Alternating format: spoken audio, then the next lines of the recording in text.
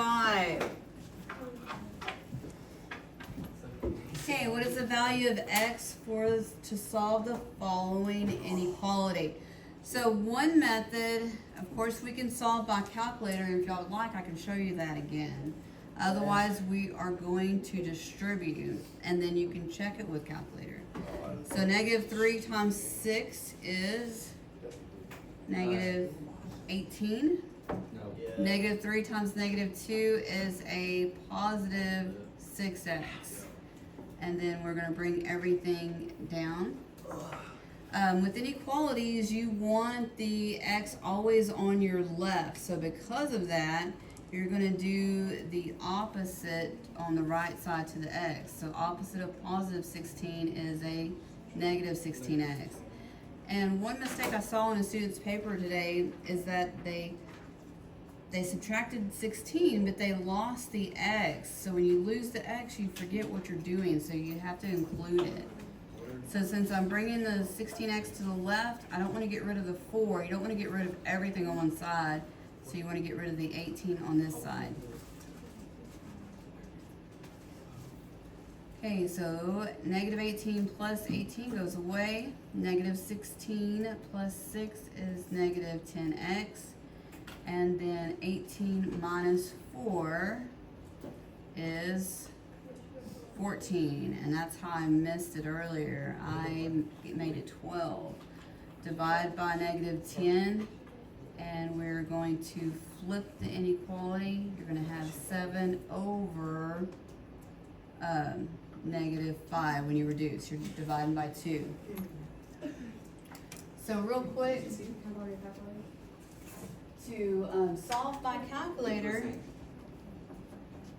turn calculator on, go to y equals, and let me change the, so you can see it, negative 3.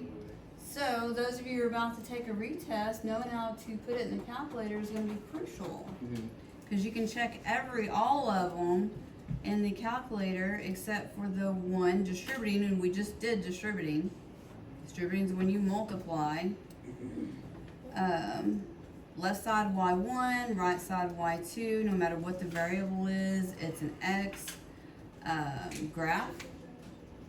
You're looking for the intersection, and so we can almost see the intersection on the bottom. You may have to change your window. I'm going to go ahead and see. Second, calculate, number 5, enter, enter, enter until it says intersection. And it has my answer as negative 0.14. So you write that down. So negative 1.4, sorry. Math, enter, enter. And it gives you the fraction, the negative 7/5. And that is my answer. So open circle, close circle. Open. Open. And it will be less than, so when you hit check here, it'll auto-populate that box and with the number, and then you hit check again. And it's less than, so you shade to the left. So if you do it by calculator, but you're not sure if you are shading correctly, because all you have is the answer, you can always plug in 0. Would 0 be true in this statement? No, because 0 would be over here. So this is negative 7/5. It auto-populates when you press check. So 0 would actually be greater than that. So 0 would be somewhere over here. So if you plug in 0, it should be false. So if 2x is 0, I'm going to have negative 18. That turns to 0. Is negative 18 greater than negative 4? Yes. No. No. And that's what we want. We want it should be to the left. So that's actually works. So that's how you can check and see if you shaded correctly or the right direction. Number 6. Again, we're going to distribute. 6 times 9 is 54. 6 times 6 is 36. X. You have to include the variable. And again, I'm going to bring my x to the left. So I'm going to subtract 36x. Oops. And I'm going to add the 42. I need to get x by itself. And there we go. So 28 minus 36 is 8, negative 8. Yeah. Negative 8x. Negative 54 plus 42 is negative 12. And greater than or equal to comes down. And then divide by negative 8. And x, anytime you multiply or divide by a negative, you have to flip that inequality. And negative divided by negative is a positive, and 12/8 reduces to 3/2. Very good. And again, if that was not your first thought, then use your alpha x to reduce for you. Okay, 7 and 8. We are subtracting. All you're doing is combining like terms. So to be able to combine like terms, the exponent and the variable has to be the same. So with subtraction, we are going to, you have to change all the signs. And so instead of positive 4x squared, we're going to subtract 4x squared. And again, instead of a negative, we are going to add 4x. And instead of a positive 5, it's going to be a minus 5. So, and if you need to put something in the calculator, you put in negative 5 minus 4. When the signs are the same, you add and keep the sign. When the signs are opposite, you subtract and take the sign larger number.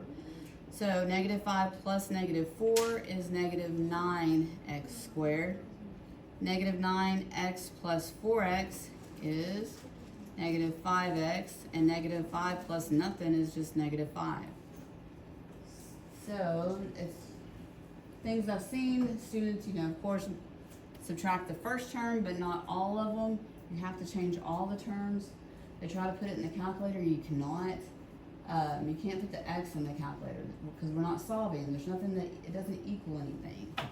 We're just combining like terms. So if you want to put something in the calculator, you put the coefficients. Negative 5 minus 4, negative 9 plus 4, 0 minus 5. So again, on number 8, we're going to change all the signs, and they're all positive, so they're all going to be negative. So I'm going to do 8 minus 7. X squared minus 5x and minus 5. So 8 minus 7 is 1. Yeah. And so the 1 is optional. You can put it or not, it doesn't matter. 2 minus 5x is negative 3x, perfect. And 1 minus 5 is minus 4. 9 and 10 are addition. So those are the easier of the two.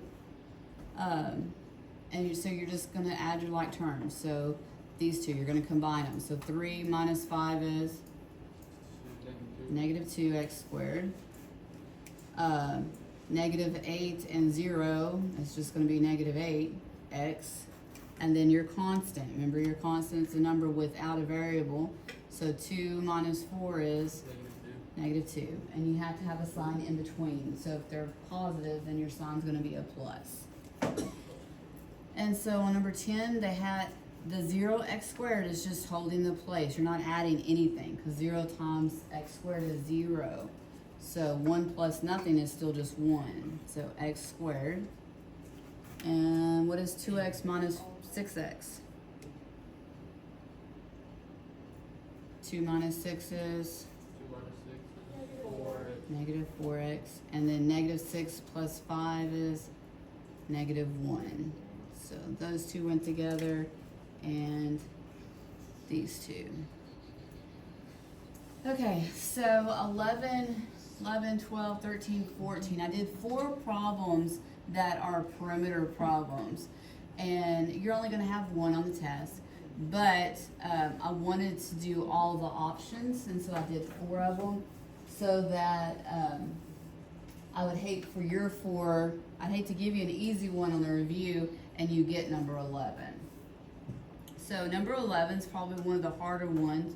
You have to have the formula memorized. So let's go ahead and draw us a rectangle. Okay, so if this is the length, what's this other side going to be? The length. And if this is the width, this is the width. So to find the perimeter of this, how many lengths do I have? 2 lengths plus 2 widths. So that's your formula. If you forget, you can think about it for a minute. So if I'm solving for the width, that's what I'm looking for. And I gotta put the L next to that too. I am going to, the opposite of a positive 2L is a negative. So the perimeter minus twice the length equals twice the width. Now what? Opposite of multiplying times 2 is? Dividing. So I'm going to divide everything by 2. So if you're solving for the length or the width, that goes away. You take the perimeter and you divide by 2 and then subtract the length or the width that you have, period. So either you derive this formula, Miss Tuesday, good morning. Either you derive the formula or you memorize it, one of the two, however you want to do it.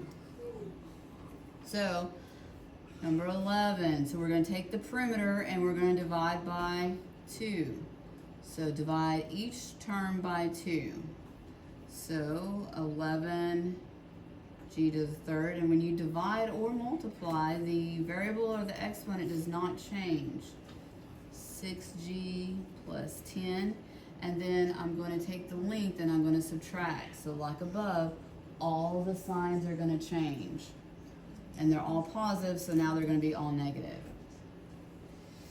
So minus 8g to the third, minus 6g, and minus 4.